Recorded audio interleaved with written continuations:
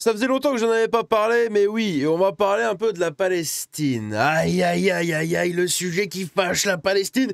Puisque si vous n'êtes pas au courant, vous savez que la France va reconnaître aujourd'hui même l'État de Palestine de manière assez officielle. C'est absolument scandaleux selon moi, c'est une porte d'entrée à l'islamisme, à la validation des combats terreaux, à toutes ces choses-là. Bref, de toute façon, avons-nous notre mot à dire quand plus de 78% des Français sont opposés à cette décision et que le mec qui est censé nous représenter va à l'encontre du vote populaire? Bon, bah j'ai envie de vous dire, à un moment, on n'est plus surpris du tout. Bref, donc on va parler un peu de tout ça parce qu'il y a pas mal de petites choses à dire, notamment sur beaucoup d'autres pays à côté qui ont validé cette reconnaissance de la Palestine comme un État, et oui, puisqu'ils se branlent en fait sur l'idée de la reconnaissance à double État. Enfin, comment dire, de la résolution à double État. Alors moi, c'est quelque chose, ce conflit-là, j'en ai strictement rien à péter. Je critique beaucoup plus les Palestiniens que les J. Je ne sais pas si on peut dire le mot sur YouTube sans se faire chier dessus. Donc on va dire l'initiale, tout simplement. Et je chie beaucoup plus sur eux. Pourquoi? Parce qu'en fait, j'en ai plein le cul.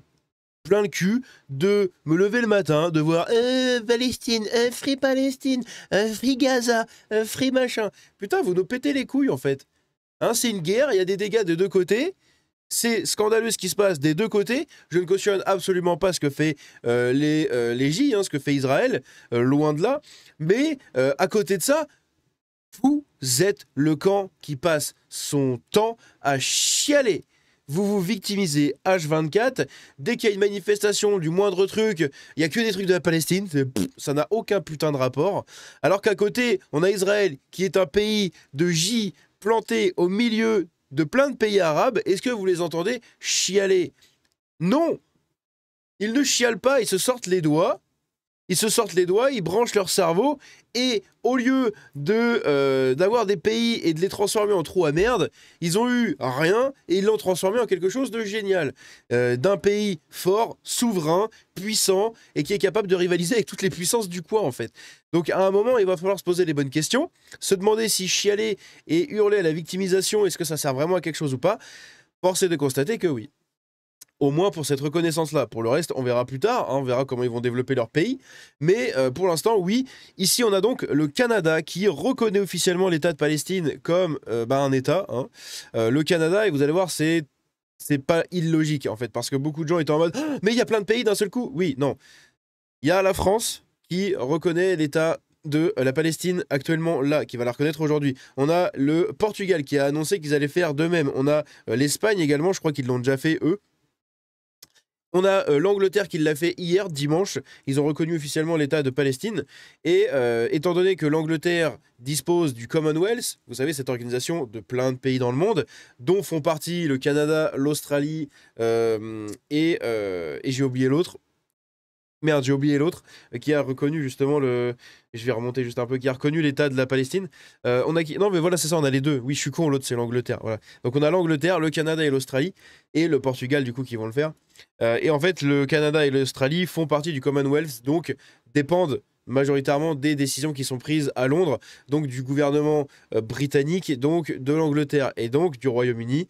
Et ce qui fait que derrière, en fait, vu que le Royaume-Uni voulait reconnaître ça, eh bien les premiers ministres canadiens et australiens ont été obligés de s'y plier. Et ils l'ont fait également, mais ils l'ont pas fait non plus à contre-cœur. Ce sont des gros gauchistes, communistes et attardés mentaux dans ces pays, au gouvernement, et donc voilà, ça s'est pas du tout fait contre leur propre volonté. Non, rien à foutre. Ce sont des gens qui promeuvent comme ça les politiques immigrationnistes, donc c'était tout simplement qu'une certaine logique, cette décision, de toute façon. Bref, je m'embrouille dans mes mots, mais vous avez compris ce que je voulais dire. Ici, donc, on a Keir Starmer, le wanker, qui nous a fait une vidéo, voilà, pour nous parler que oui, c'est très important, il faut reconnaître l'État de Palestine, donc c'est ce qu'il fait, voilà, il prend la responsabilité, bon, blablabla, blablabla. Le Canada, l'Australie et le Royaume-Uni viennent de reconnaître l'État de Palestine. Du coup, la France le fera demain, donc aujourd'hui, devant l'Assemblée des Nations Unies. Peut-être même à l'heure où vous regardez cette vidéo-là, peut-être même que ça sera déjà fait, puisque cette vidéo-là sortira à 15h. On interdit les crèches à Noël dans les mairies, mais on hisse le drapeau de la Palestine. La gauche collabore une nouvelle fois avec les ennemis de la France. Et oui, puisqu'ici, vous voyez, sur les mairies, c'est quelque chose qui a été demandé par Olivier Faure. parti socialiste, qui qualifie pourtant le Hamas d'organisation terreau, ok, mais qui veut quand même voir du coup les drapeaux de la Palestine flotter sur toutes les mairies en France. Pourquoi faire? Je ne sais pas, étant donné que ce n'est pas un pays qui a un rapport avec nous, ce n'est pas un pays qui a un rapport avec l'Europe. Déjà, il y a un drapeau européen sur les mairies en France, c'est déjà pas mal, hein, on va pas trop vous en demander non plus. C'est bon quoi déjà. Et en plus derrière ils veulent nous foutre du coup le drapeau de la Palestine et il y a plein de mairies qui l'ont fait. C'est absolument scandaleux.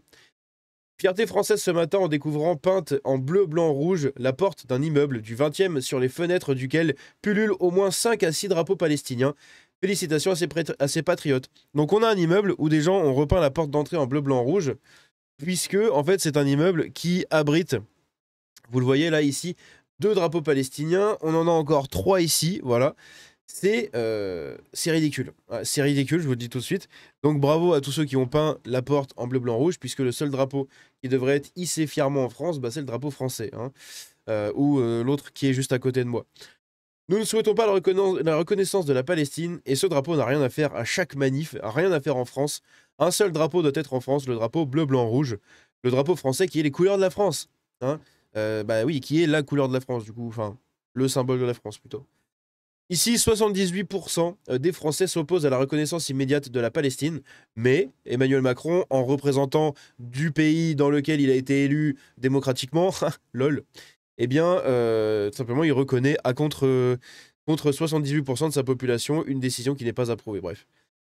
Et donc ici, on a Olivier Faure qui nous dit, on va pas lire son pavé, hein, parce que bon, j'ai pas envie de parler gauchiste, mais voilà, je me permets, monsieur Retailleau, de vous renvoyer à la jurisprudence administrative, blablabla. Donc pour le drapeau palestinien le 22 septembre, l'idée est juridiquement justifiée puisqu'elle s'appuie sur un choix national de reconnaissance de la Palestine, et donc du coup de mettre le drapeau en place sur toutes les mairies, blablabla, voilà, c'est... Il se plie devant son électorat islamo-gauchisto-communisto, et voilà, et ça donne ces résultats-là. Il y a un drapeau en France, le drapeau bleu-blanc-rouge.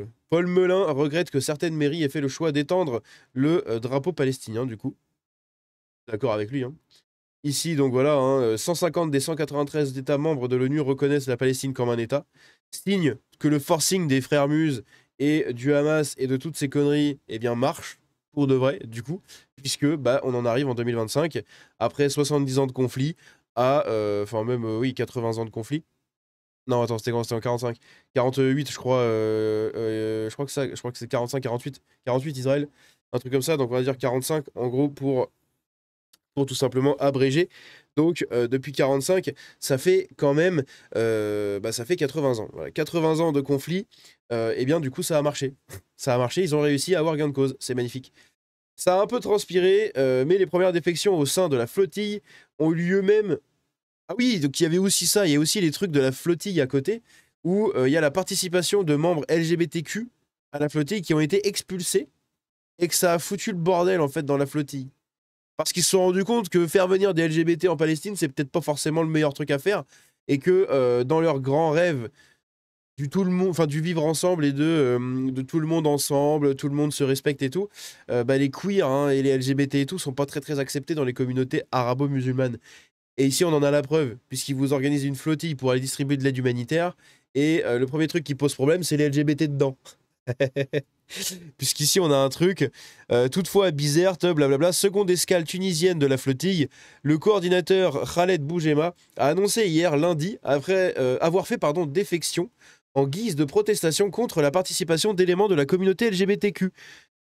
En pointe, du coup, au sein de la flottille. En plus, j'aime bien parce que c'est marqué, enfin, c'est dit éléments.